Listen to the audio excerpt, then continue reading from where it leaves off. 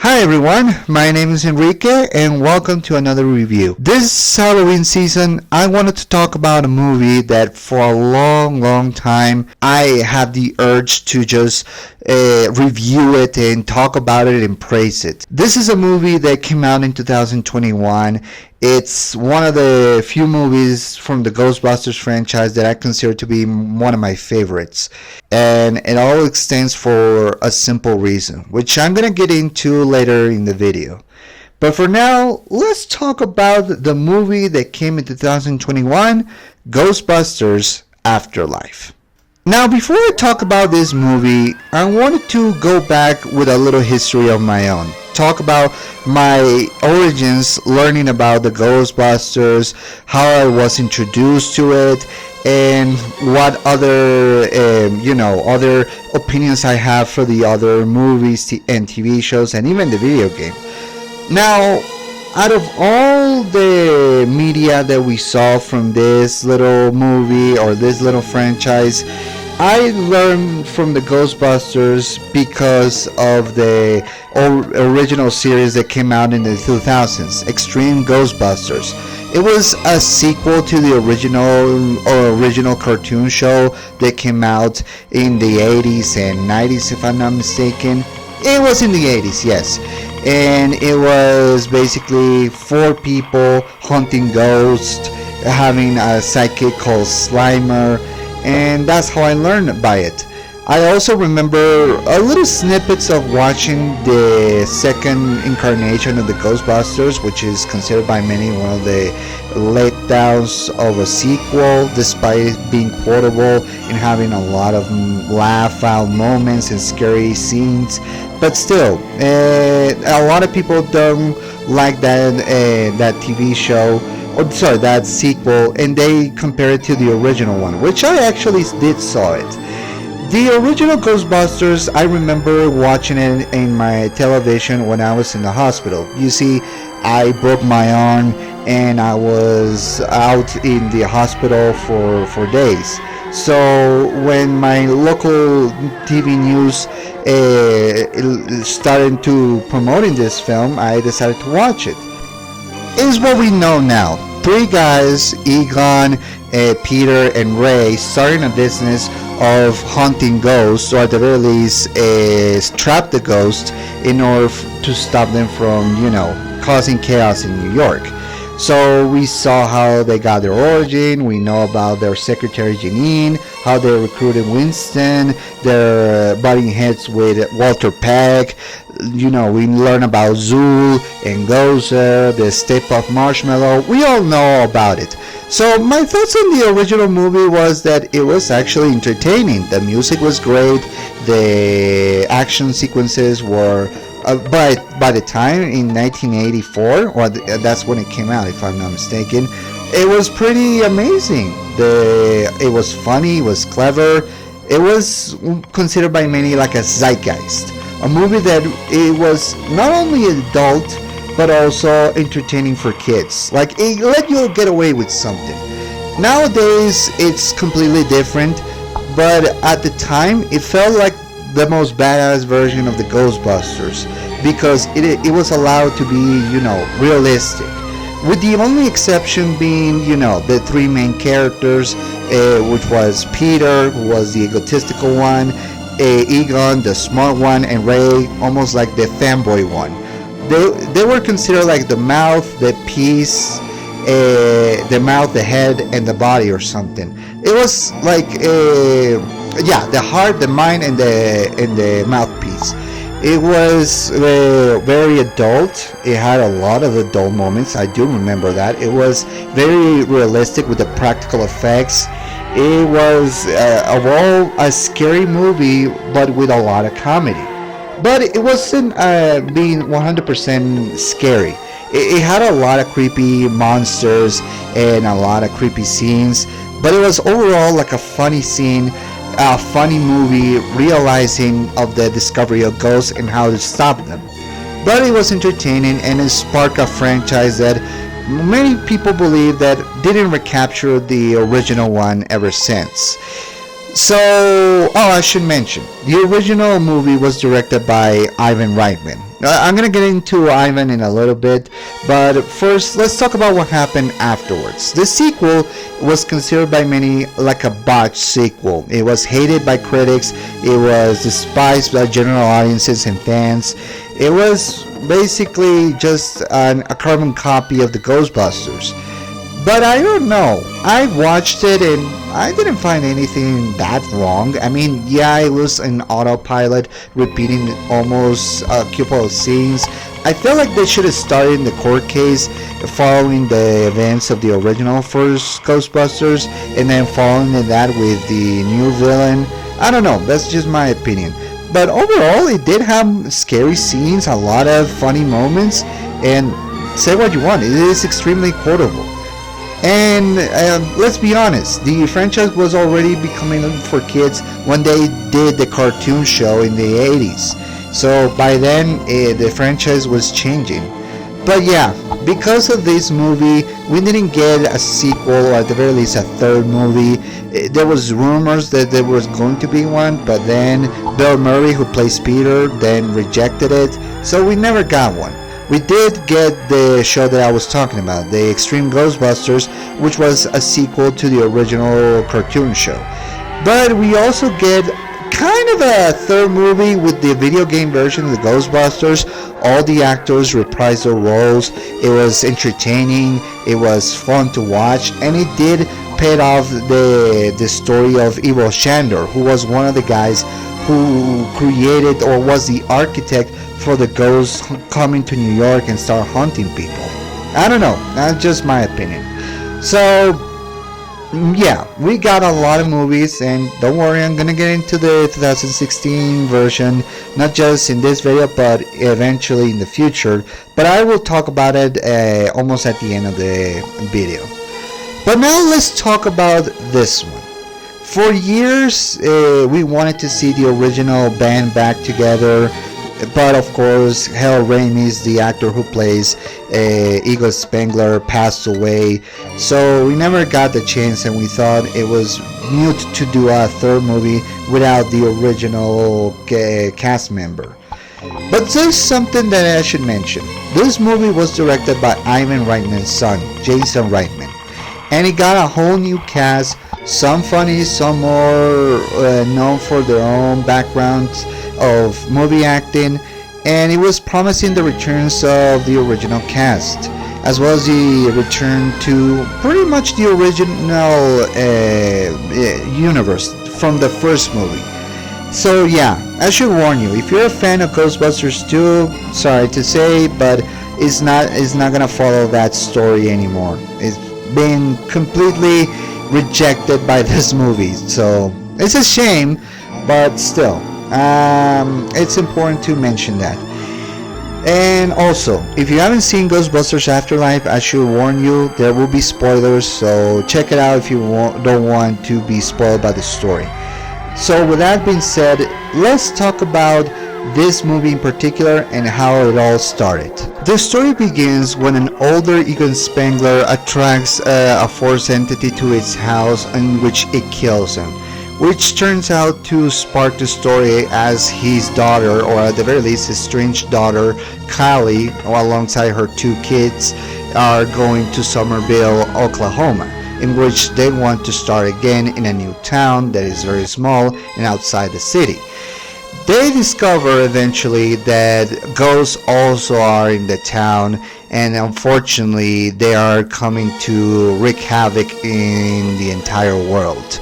However, we see that the granddaughter of Egon Spengler, called Phoebe, alongside her friend Podcast, the kid's name is Podcast, it's really hilarious, but yeah, nonetheless, they discovered that Egon was a Ghostbuster, one of the original ones, and that discovering this might be the key to stopping the ghost and the resurrection of an old enemy. As we see in the movie, a lot of discoveries were made, a lot of touching moments, and of course a lot of action involving capturing and hunting ghosts. So yeah, this is definitely almost like a return to basics, But one of the things that this story does that is very different from, say, Ghostbusters 2 or even the 2016 version is that it's allowed to be normal.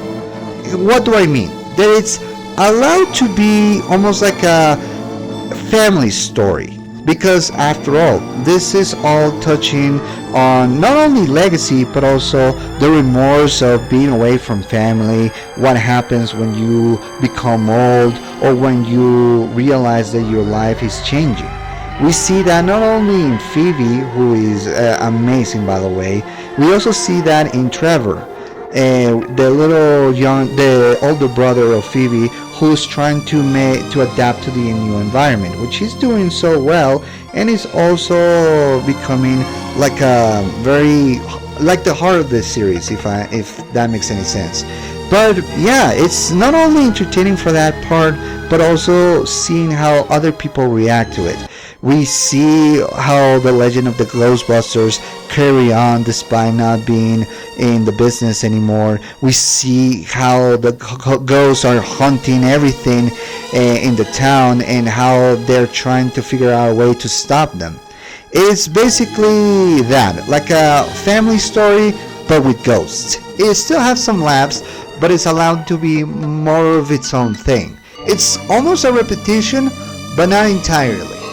Now, just like in any movie from nowadays who's trying to bring back original cast and trying to make a lot of nostalgia feelings, this one does so too, but it's doing so in a way that it feels more respectful. I'm gonna get into that later in the video, but needless to say, it's basically following the original story of the original movie, but with new themes, new ideas, or at the very least trying to live up to the original one.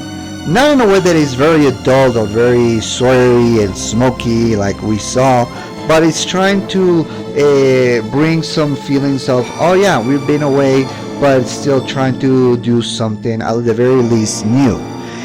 And this is something that we see reflected. It's basically the movie treats the Ghostbusters like legends. Like they did this thing, stopping the ghosts from haunting New York. They stopped Gozer, and they went away after that. We see a lot of bitter feelings towards the characters, how they're trying to move on, but they're also trying to be themselves as well. And that's something that this movie does. Trying to not only figure out how to reconnect to the original one and to their past selves, but also how to move forward. It's basically a love letter to the original Ghostbusters, to the director and the actors. And speaking of actors, let's talk about all the original cast members that came back to this movie. We see the returns of Peter Bagman, played by Bill Murray. We see Ray Stantz, played once again by Dan Aykroyd, one of the men who created this franchise. We see Winston coming back, played once again by Ernie Hudson, Annie Potts as Janine, and of course Sigourney Weaver as Dana. All the original cast members come back. Well, in the case of Dana, it was like a small cameo, but all the other ones, Peter, Ray, Winston, and Janine, all come back, and they have basically prominent roles. They're not in the entire movie, but they do show respect to the original, to pay the new cast their blessing, and be there for the entire run. Or in the case of the original three, they come back in the climax. But it was good to see. I mean, they still play the characters very well. Peter, played by Bill Murray, is still egotistical and very sarcastic, but that's what we love about him. Dan Aykroyd as Ray was almost like the heart of the group. It was showing a lot of emotions, and Winston, of course, being very cool and swag. Even in his old age, Ernie Hudson is still really cool. And of course, Annie Potts as Janine also show not only at the beginning but also at the end of this series, of this movie, of course. And many people believe that she was going to turn out to be like the mother of Ray's daughter, the Callie. I'm gonna get into Callie later, but yeah, she is the daughter of Egon. And I always thought that Janine was going to turn out to be the mother, but apparently they ended up together. But I don't know.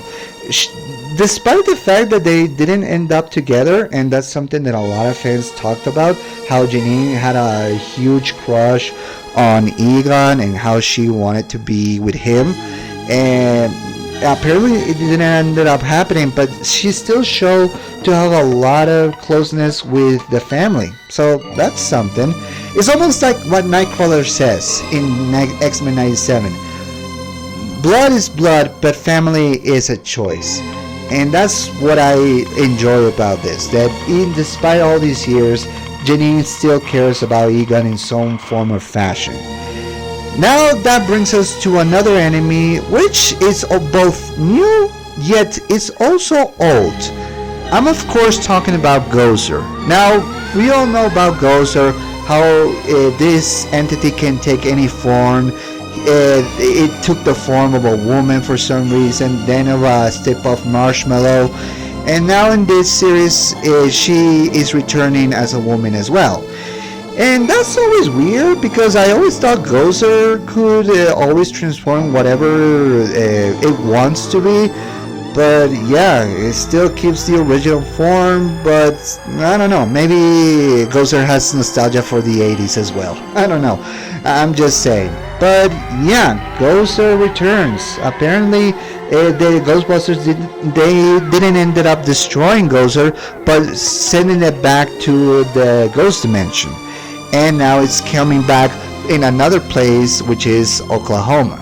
Now, Gozer is played by two actresses in this case. Now, the body actor for Gozer is played by Olivia Wilde. And I gotta say, she really looks cool and almost similar to the original. Although her eyes are more, dark. I don't know, maybe it's a delivery choice, but she looks sinister in that form. However, the voice actress is very different. The voice of Gozer is actually made by Shore Agadashlu. Sorry for the mispronunciation, but yeah, I know this actress. Shore did show up in a lot of TV shows, like for example the 2017 Punisher series, as well in the Penguin series that came out recently. She is a very distinct Indian actress, and she does the voice of Gozer this time. I gotta say, she looks intimidating. Shade always has that unique voice of her that allows her to be both mature and intimidating at the same time. So both of these actresses gave life to the new version of Gozer, and I gotta say, they look intimidating. And yeah, they don't do much in the movie, but they manage to be more of a threat in this form that, say, as a staple of marshmallow. And that's something important to figure out. Gozer is basically the intimidating, but more active in this movie, as she's fighting a lot and conjuring more ghosts. Hell, we even see the returns of Zul, and what was the other name of the pet ghost thing? I can't remember, but yeah, we see the two dogs of Gozer coming back as well and wreaking havoc. I gotta say, I'll talk about the practical effects in the moment, but they look really cool. So yeah, Gozer returns. We see a little cameo by J.K. Simmons as Evil Shandor. Man, 2021 really was a payday for J.K. Simmons. He played Evil Shandor in this film, and then he played J. Jonah Jameson in Spider-Man No Way Home, that came out in the exact same year. Crazy, right? But yeah, in this case, we see that Gozer also summoned Evil Shandor, but Evil is basically a cameo. He's disposed rather quickly. I wish they would have brought him back in the sequel. Oh well, we'll still always have the 2008 video game. Now let's talk about the adults that comprise this movie. In this case, the two of them are Paul Rudd and Carrie Coon playing Gary Grubbenson and Callie Spengler. Now, of course, with Paul Rudd, we all know that This guy brings a lot of comedy, and he feels like in a lot of ways like an analog to Winston. Although that is reserved for another character which I'm going to talk about later. But yeah, Gary in this movie shows that he knew about the original Ghostbusters, how they saved the world, how he witnessed it all, how he became a fan, and he was entertained by being a ghost. By being in between ghosts, how he learns about the afterlife and all that. And it shows a lot of love and romance to Callie Spangler, which she's also in this film. But yeah, he knows about the legend of the Ghostbusters. He's a teacher in Oklahoma, but he's not having a good job or having a good time as a teacher. Or at the very least, you don't notice, but he's very excited, but deep down we know that he's not enjoying it as much, and that he wants to have more or make more in his life. That brings us to the romance he has with Callie Spangler, who, like I said, is played by Carrie Coon. In this case, Callie is a single mother with two kids who she's trying to make right, trying to be a good mother, inheriting a house that her estranged father left for her, how she wants to make her life for her a better life away from all the craziness from the city, trying to move on. And she shows to have a lot of struggles, from believing her own kids to getting along with them, to figure out what's best for them. And she, like I said, it starts a romance with Carrie. We don't see it in hindsight, but it will pay off later. But yeah, Callie is showing a lot of regret and remorse from all the years she couldn't spend with her father, and how that affected her relationship with her own kids, how she wants not to repeat the mistakes of the past. I do appreciate that, and Paul and Carrie bring a lot of adult perspective to this series, which, you know, we all don't like adult perspective because it brings a lot of logic and a lot of cold reality without imagination. But I do like that they have a sense of, you know, realism and relatability. In this case, with Callie, she's just trying to move on and trying to be a good mother for her two kids, and meanwhile Gary's trying to bring the excitement of discovering ghosts and how they can help to the entire town. That's what I feel at the very least. Now let's deviate a little bit from the older cast and focus on the young cast that we have here. In the case of the children from Callie Spangler, we have the oldest brother, Trevor Spangler, played by Finn Wolfhard.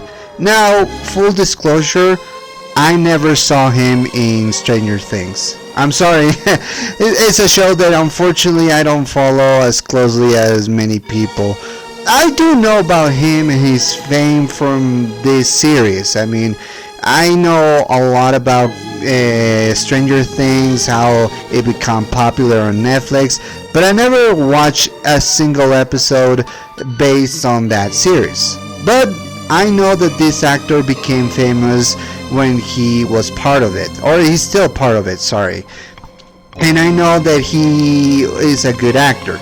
But my only exposure to Finn Wolfhard is with this film, and let me tell you, he brings a lot of humanity and a lot of sense of teenage youth to this movie. What do I mean by that? Well, he's the oldest brother, so that means he's taking care of his mom and his sister Phoebe, and he also wants to adapt to the new environment. He then quickly becomes friends with Lucky Domingo, who's played by Celeste O'Connor. And this girl is showing him around the entire town of Oklahoma, and yeah, they form a pretty good chemistry and friendship in this film. They seem to be like the humanity or the perspective of the real world, where we don't see that in this franchise. They bring a lot of sensibilities. It's almost like we deviate a little bit from Ghostbusters and we enter a real world where we see teenagers trying to adapt to the new surroundings and forming new friendships. but they're doing their work fine, and eventually Finn realizes what kind of world he's living when it comes to ghosts, and he does everything in his power to help his sister and everyone else. He even becomes a very good skilled driver when he drives the ecto cooler. It's really amazing, and it's good that this young actor is gaining a lot of work and working with such pivotal stars. But of course, the only stars that we are going to focus on are the younger ones. In this case, the youngest ones, let's start with Podcast, who is played by Lung Kim. So this is probably his first movie. I don't see an IMDb page where he has worked somewhere else. Maybe that's just me. But I believe that this is one of his first movies in a big blockbuster film. And let me tell you, the kid who plays him really nails it, because he's like a young version of Ray Stantz. He's also very charismatic, very funny. He's obsessed with ghosts and making podcasts. And let me tell you, as someone who makes podcasts, I can definitely relate to this kid. And he forms a friendship with Phoebe Spangler. They both ended up discovering ghosts and discovering all the equipment from the Ghostbusters, and yeah, they seem to be intuitive because they are testing in everything. They testing the proto cannons, they testing the traps, and yeah, they seem to be getting good at it. That's one of the reasons we like it, because they bring such an imagination and perspective to this world. And yeah, it's like seeing a young Ray Stantz, a young Dan Aykroyd. Hell, they even get a scene where the podcast is talking to Ray, and yeah, it's almost like a good passing of the torch. And of course, we get to the main character of this film, which is Phoebe Spangler, played by McKenna Grace. Now, to tell you the truth, I've seen this actress a couple of times, and throughout the years, she has become a very prolific actress. I mean, when she began, she was casted as the youngest versions of many adult characters. She was casted as the young version of Carol Danvers in Captain Marvel, a young Sabrina the Teenage Witch in that Netflix series, The Chilling Adventures of Sabrina the Witch, or well, it should be called the Satanic Adventures, if you ask me, if you watch that show. But regardless, she has always been seen as a little kid, and she now is in a big franchise playing the granddaughter of Egon Spangler. And let me tell you, this actress plays the young version, almost like a mirror version of Egon, really spectacularly. I gotta say, she doesn't dull at any moment. She seems legitimate. She's a very smart girl who, after discovering the existence of ghosts and getting along with podcasts, she discovers everything about the Ghostbusters and realizes that she can do a lot while becoming a Ghostbuster herself. And she really is in tune with everything. She even gets help from, well, I'll tell that into later, but needless to say, there's an entity who wants her to succeed. And it's pretty obvious that it is getting related to her past as well. But yeah, I'm gonna say, if you see McKenna Grace right now, she has grown a lot as a woman. And I gotta say, she's getting more roles the more years come. I won't be shocked if she stars in a very prolific movie, which allows her to really show her magnitude as an actress. And on an unrelated note, but still a fun fact, McKenna Grace and Annie Potts both starred not just in this film, but in a TV series called Young Sheldon, the spin-off of, The Big Bang Theory. And I gotta say, it's funny to see both of these actresses in two different franchises. One in a comedy show, and another one on a comedy/horror film. But yeah, it comes with a game.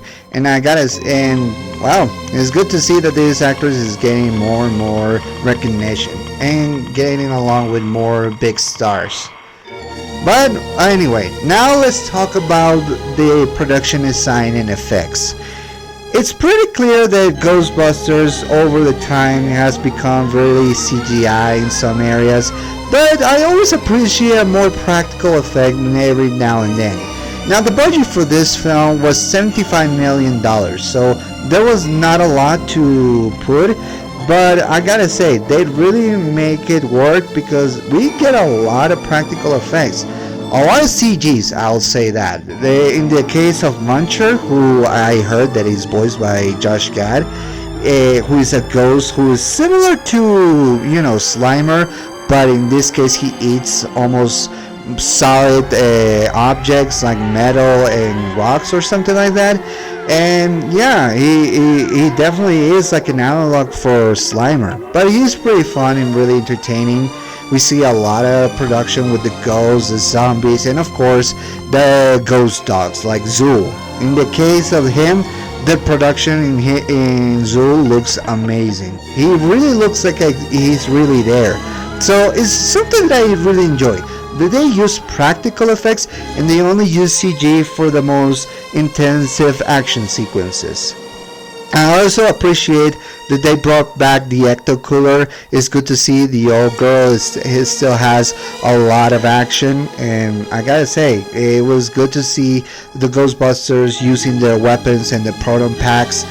And yeah, it's they really make it work with all the CG and the effects that they brought into the moment, especially ones that I will mention in a bit. Now let's talk about the action sequences. Now, like I said, this movie didn't have enough budget. Most of the scenes relying on, more talk, more environment perspectives. But when they get to the action, it's not that bad. When we see the kids testing the proto packs for the first time, it's really amazing. It's also good to see that they managed to catch the ghost. And yeah, it's all about shooting lasers to, ghost entities, but it's still entertaining, and it's good to see that they up a little bit the antique, that the chasing with the ecto cooler, it was great to see the ghost chasing the ecto cooler was great.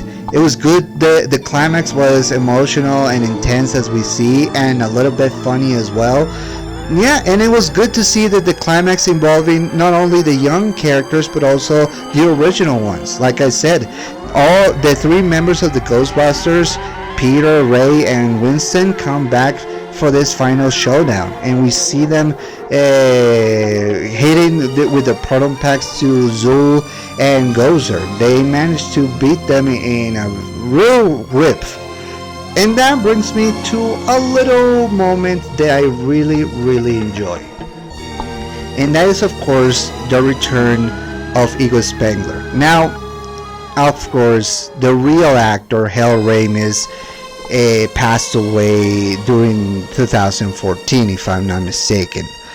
But they wanted to pay tribute to this character and the actor who played him. So they brought Egon back, and we see him helping the Ghostbusters as a ghost and giving everyone, including his friends and his daughter and granddaughter, a final goodbye before he ascends into heaven. That is something that I really enjoy. The actor who plays Igor Spengler was actually a double. They enhanced the look of Egon using CG and a little bit of makeup.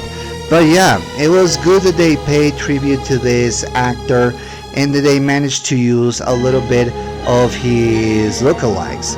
So, the actor who actually does the double for Egon Spengler was played by Bob Guston, who is credited as the Ghost Famer.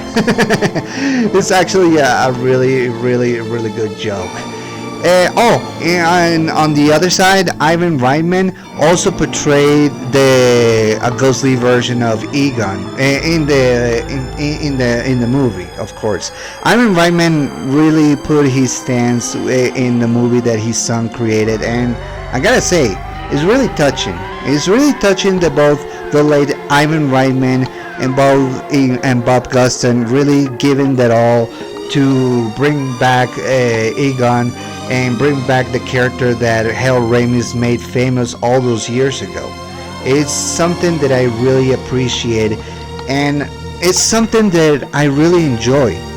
The fact that Ivan Reitman, before his passing, who, by the way, he may rest in peace, he gave his blessing to his son to make another movie with his help. The fact that they actually show that is really touching. The fact that we see all the three Ghostbusters, Peter, Ray, and Winston, giving him the final goodbyes in their own ways is touching. It's also good to see a little bit of his connection with his daughter. And something that you might not notice, but he was helping everyone at the beginning of the film. He was the ghost entity in which interacted with Phoebe throughout the scenes that she was using the equipment. Egon managed to make a little bit of a connection with his daughter before his final goodbye. And the fact that they make this work, it's astonishing. I always feel weird when they bring characters played by real life actors back from the dead using CG or some double, because I always feel like it's disrespectful. But given the fact that they wanted to do this in the memory of Harold Ramis, who was part of this franchise, and he was really good in his role as Ego Spengler, it's really touching for me, and it really shows how much they care. And that's something that it really hits me personally, because I really enjoy this actor's work. He was not only an actor but also a director. Harold Ramis did a lot, and he was really good with his work. Sometimes he hit bullseye, sometimes he made misfires, but it's part of being a comedian, and he understood that. And I'm also glad to know that Bill Murray buried the hatchet with Harold Ramis, since they both had a fallout all those years ago, but they put it aside before Harold passed away. And that's something that I really enjoy, that he was bringing back, and he gave his goodbye to Egon in his own sarcastic way, but still in a very touching way. Dan Aykroyd looks like he was about to burst into tears looking at his old friend pass away. And it was good to also see Winston really be cool, but also very emotional as well. But yeah, the part in which they brought Harold Ramis, or Ego Spengler, back from the dead was really good. Which brings me to something that I wanted to talk about, and that's something that I wanted to bring up in this video. And that is not only this movie, but the comparisons between Afterlife and the 2016 version of Ghostbusters. Now, I'm not going to make it into a full review or rant, but I'll say this. Ghostbusters 2016 was bad. It was bad for a lot of reasons.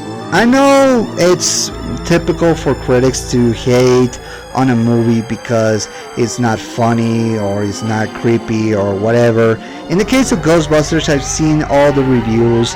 The ones that caught my attention the most are the ones from the Nostalgia Critic when he made his clipless review about Ghostbusters 2016, how it was okay, but it was trying to be a little bit of a peacemaker kind of situation, like he's trying to see both sides.